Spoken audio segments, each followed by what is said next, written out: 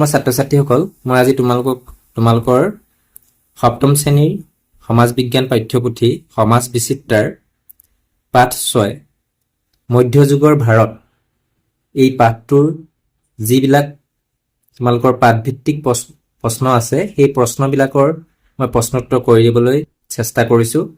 গতিকে সপ্তম শ্ৰেণীৰ ছাত্ৰ-ছাত্ৰীসকলে পাঠটি ভালদৰে মনোযোগ দিবা বুলি আশা কৰি আজি ভিডিঅ' আৰম্ভ কৰিছোঁ। এতিয়া অনুশীলনী 1ত কি দিছে, প্ৰথম প্ৰশ্নটো কি দিছে, 1 তলৰ প্ৰশ্নবোৰৰ উত্তৰ দিয়া। কটো দিছে তুৰ্কীসকলে অসম আক্ৰমণ কৰাৰ কথা ক'ত উল্লেখ আছে। আমি পাইছিলোঁ পাঠটো পঢ়ি তুৰ্কীসকলে উত্তৰটো কি হ'ব, তুৰ্কীসকলে অসম আক্ৰমণ কৰাৰ কথা উত্তৰ গুৱাহাটীৰ কানাই বৰশী বোৱা শিলালিপিত উল্লেখ আছে। খ প্ৰশ্নটো কি দিছে, কোনগৰাকী চুলতানে দিল্লীৰ পৰা দৌলতাবাদলৈ ৰাজধানী স্থানান্তৰ কৰিছিল। ইয়াৰ উত্তৰটো কি হ'ব, মহম্মদ বিন তুগলকে ৰাজধানী দিল্লীৰ পৰা দৌলতাবাদলৈ স্থানান্তৰিত কৰিছিল। গ ইবন বতুতা ক'ৰ পৰা ভাৰতলৈ আহিছিল। উত্তৰটো কি হ'ব, ইবন বতুতা মৰক্কোৰ পৰা ভাৰতলৈ আহিছিল।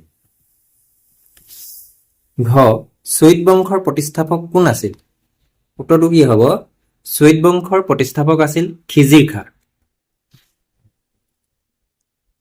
ঙ 1526 খ্ৰীষ্টাব্দৰ পানিপথৰ যুদ্ধত কোনে কাক পৰাস্ত কৰিছিল।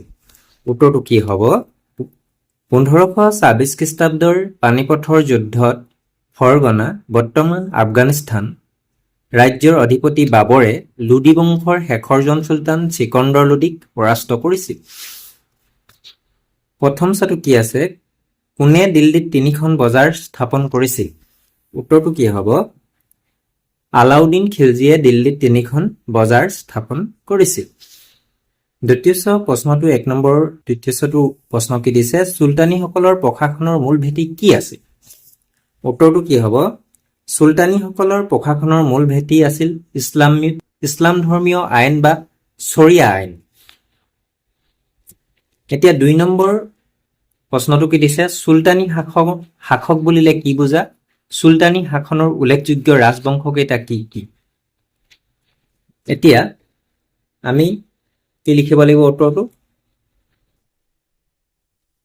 2 নম্বৰ উত্তৰটো 1206 খ্ৰীষ্টাব্দৰ দাহ বংশৰ পৰা আৰম্ভ কৰি 1526 খ্ৰীষ্টাব্দলৈ ভাৰতত তুৰ্কী আফগানসকলৰ কেইবাটাও বংশই ৰাজত্ব কৰিছিল। এওঁলোকৰ ৰজাসকলক চুলতান বোলা হৈছিল, সেয়েহে এই ৰজাসকলৰ শাসনকালক চুলতানী শাসন বোলা হয়। এতিয়া আমি চুলতানী শাসন কাক বোলে, এনেধৰণে লিখিব লাগিব। কেনেধৰণে, 1206 খ্ৰীষ্টাব্দৰ দাহ বংশৰ পৰা, কোনটো বংশৰ পৰা তেতিয়াহ'লে, দাহ বংশৰ পৰা আৰম্ভ কৰি 1526 খ্ৰীষ্টাব্দলৈ ভাৰতত তুৰ্কী আফগানসকলৰ কেইবাটা বংশই ৰাজত্ব কৰিছিল।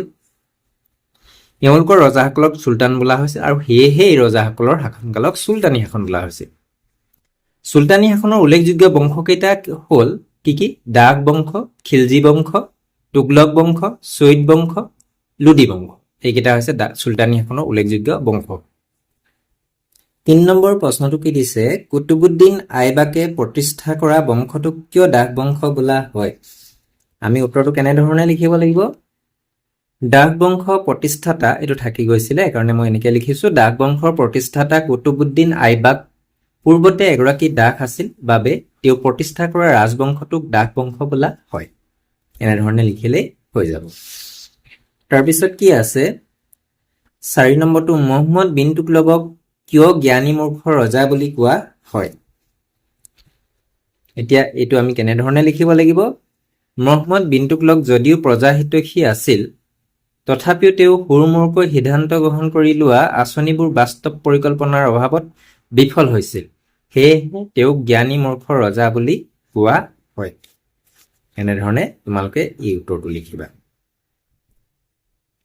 5 নম্বৰ প্ৰশ্নটো কি দিছে, চুলতানসকলৰ প্ৰশাসন ব্যৱস্থাৰ বিষয়ে এটি চমুটোকা লিখা।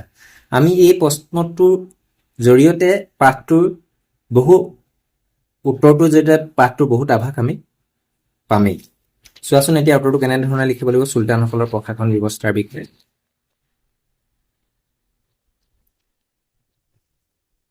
চুলতানসকলৰ এক সুসংহত প্ৰশাসন ব্যৱস্থা আছিল।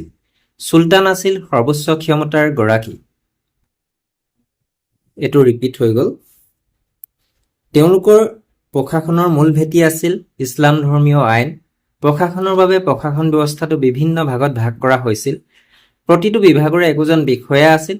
আটাইতকৈ উচ্চ পদবীত থকা বিষয়াজনৰ নাম আছিল ৱাজিৰ। তেওঁ দপ্তৰ বা বিভাগক দিৱানী ৱাজাৰত বোলা হৈছিল। শাসনৰ সুবিধাৰ বাবে চুলতানসকলে সাম্ৰাজ্যখনক কিছুমান অঞ্চলত ভাগ কৰিছিল। ভাগবোৰক ইক্তা আৰু ইয়াৰ অধিকাৰীবোৰক ইক্তাদাৰ বা মুক্তি বোলা হৈছে। মুক্তিসকলে চুলতানৰ ইক্তাবোৰ পৰিচালনা কৰাৰ বিনিময়ত দৰমহা হিচাপে কৰ সংগ্ৰহ কৰিব পাৰিছিল। চুলতানী আমোলত তিনিবিধ কৰৰ ব্যৱস্থা আছিল, যেনে উৎপন্ন শস্য, গৰু ম'হ আৰু ঘৰ বাৰীৰ বাবে দিবলগীয়া কৰ। এইকেইটাই হৈছে আমি চুলতানী প্ৰশাসন ব্যৱস্থাৰ বিষয়ে আমি ইমান লিখিলে হৈ যাব। এইবাৰ আহিছো এই পাঠটোৰে অনুশীলনী 2 যিবিলাক ক্ৰিয়াকলাপ দিছে, যিকেইটা প্ৰশ্ন দিছে, সেই প্ৰশ্নকেইটাৰ আমি উত্তৰ কৰিম। প্ৰথমটো কি দিছে? 1 নম্বৰ, তলৰ প্ৰশ্নবোৰৰ উত্তৰ দিয়া। ক, মোগল সাম্ৰাজ্যৰ প্ৰতিষ্ঠাপক বাবৰ কাৰ বংশধৰ আছিল? উত্তৰটো আমি কেনেধৰণে লিখিম? মোগল সাম্ৰাজ্যৰ প্ৰতিষ্ঠাপক বাবৰ আছিল তাইমুৰৰ বংশধৰ। খ প্ৰশ্নটো কি দিছে? মোগল সাম্ৰাজ্যৰ বিস্তৃতি ক'ৰ পৰা ক'লৈ আছিল? উত্তৰটো কি হ'ব? মোগল সাম্ৰাজ্যৰ বিস্তৃতি পূৰ্বে বংগৰ পৰা পশ্চিমে গুজৰাটলৈ আৰু উত্তৰে কাবুলৰ পৰা দক্ষিণে কৰ্ণাটকলৈ আছিল। গ, বাবৰনামা কি? আমি উত্তৰটো কি লিখিম? বাবৰনামা মোগল সাম্ৰাজ্যৰ প্ৰতিষ্ঠাপক বাবৰৰ আত্মজীৱনী। বাবৰনামা তেতিয়াহ'লে এখন কি? আত্মজীৱনী। কাৰ আত্মজীৱনী? বাবৰৰ। ঘ, হেমচন্দ্ৰ বিক্ৰমাদিত্য উপাধি কোনে গ্ৰহণ কৰিছিল?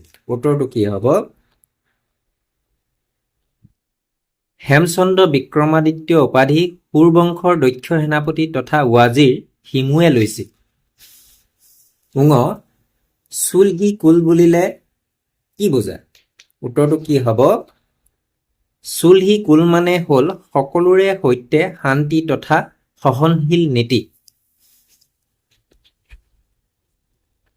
তাৰপিছত আহিছো প্ৰথম ছটোলৈ। তাজমহল কোনে আৰু কাৰ স্মৃতিত নিৰ্মাণ কৰিছিল? উত্তৰটো কি হ'ব? তাজমহল মোগল সম্ৰাট শ্বাহজাহানে তেওঁৰ পত্নী মমতাজৰ স্মৃতিত নিৰ্মাণ কৰিছিল। দ্বিতীয় প্ৰশ্নটো কি দিছে? ঔৰংজেবে সিংহাসনত অধিষ্ঠিত হৈ কি উপাধি গ্ৰহণ কৰিছিল? উত্তৰটো আমি কেনেধৰণে লিখিম? ঔৰংজেবে সিংহাসনত অধিষ্ঠিত হৈ আলমগীৰ বা বিশ্ববিজেতা উপাধি গ্ৰহণ কৰিছিল। 2 নম্বৰ, আকবৰে জ্ঞান অন্বেষণৰ বাবে কি কি কাৰ্যাৱলী হাতত লৈছিল? উত্তৰ কি হ'ব? জ্ঞান অন্বেষণৰ প্ৰতি আকবৰৰ ধাউতি আছিল প্ৰবল। আকবৰে তেওঁৰ ৰাজসভাত ভাৰতৰ পণ্ডিতসকলক স্থান দিছিল। মহাভাৰত, ৰামায়ণ, ভাগৱত, গীতা আৰু পঞ্চতন্ত্ৰৰ দৰে সংস্কৃত ভাষাৰ গ্ৰন্থ তেওঁ পাৰ্চী ভাষালৈ অনুদিত কৰাত পৃষ্ঠপোষকতা কৰিছিল। 3 নম্বৰ প্ৰশ্নটো কি দিছে? জিজিয়া কৰ বুলিলে কি বুজায়? জিজিয়া কৰ বুলিলে কি বুজায়? এতিয়া আমি উত্তৰটো কেনেধৰণে লিখিম? জিজিয়া কৰ হ'ল মুছলমান শাসকসকলে অইন ধৰ্মাৱলম্বী অমুছলমান প্ৰজাৰ ওপৰত আৰোপ কৰা এক প্ৰকাৰৰ কৰ। নিজৰ জীৱন আৰু সম্পত্তি সুৰক্ষাৰ বিনিময়ত প্ৰজাসকলে সম্ৰাটক এই কৰ প্ৰদান কৰিবলগীয়া হৈছিল। এইটোৱে হৈছে জিজিয়া কৰ। নিশ্চয় বুজি পাইছা? এইবাৰ আহিছো ইয়াৰ একেবাৰে শেষৰটো প্ৰশ্নলৈ। 4 নম্বৰ প্ৰশ্নটো কি দিছে? মনসবদাৰী ব্যৱস্থাৰ বিষয়ে চমুকৈ লিখা। মনসবদাৰী। উত্তৰটো কেনেধৰণে লিখিম? মোগলসকলৰ শাসনৰ এক প্ৰধান বৈশিষ্ট্য আছিল মনসবদাৰী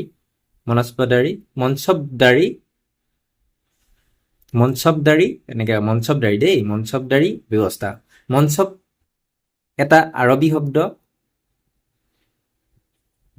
যাৰ অৰ্থ হৈছে পদ বা স্থান। সামৰিক বাহিনী সুচাৰুৰূপে পৰিচালনা কৰিবলৈ এই প্ৰথা প্ৰচলন হৈছিল। মনসবদাৰসকলে সামৰিক আৰু অসামৰিক এই দুয়ো ক্ষেত্ৰতে প্ৰয়োজনত বাদশ্বাহক সেৱা আগবঢ়াব লাগিছিল, তেওঁলোকৰ পদ বংশানুক্ৰমিক নাছিল। তেওঁলোকৰ যিটো মনচবদাৰী যিটো পদ, সেইটো বংশানুক্ৰমিক নাছিল বুলি কৈছে। আজিৰ পাঠ ইমানেই আছিল। পুনৰ অন্য এটা পাঠৰ সৈতে লগ হ'ম। ধন্যবাদ।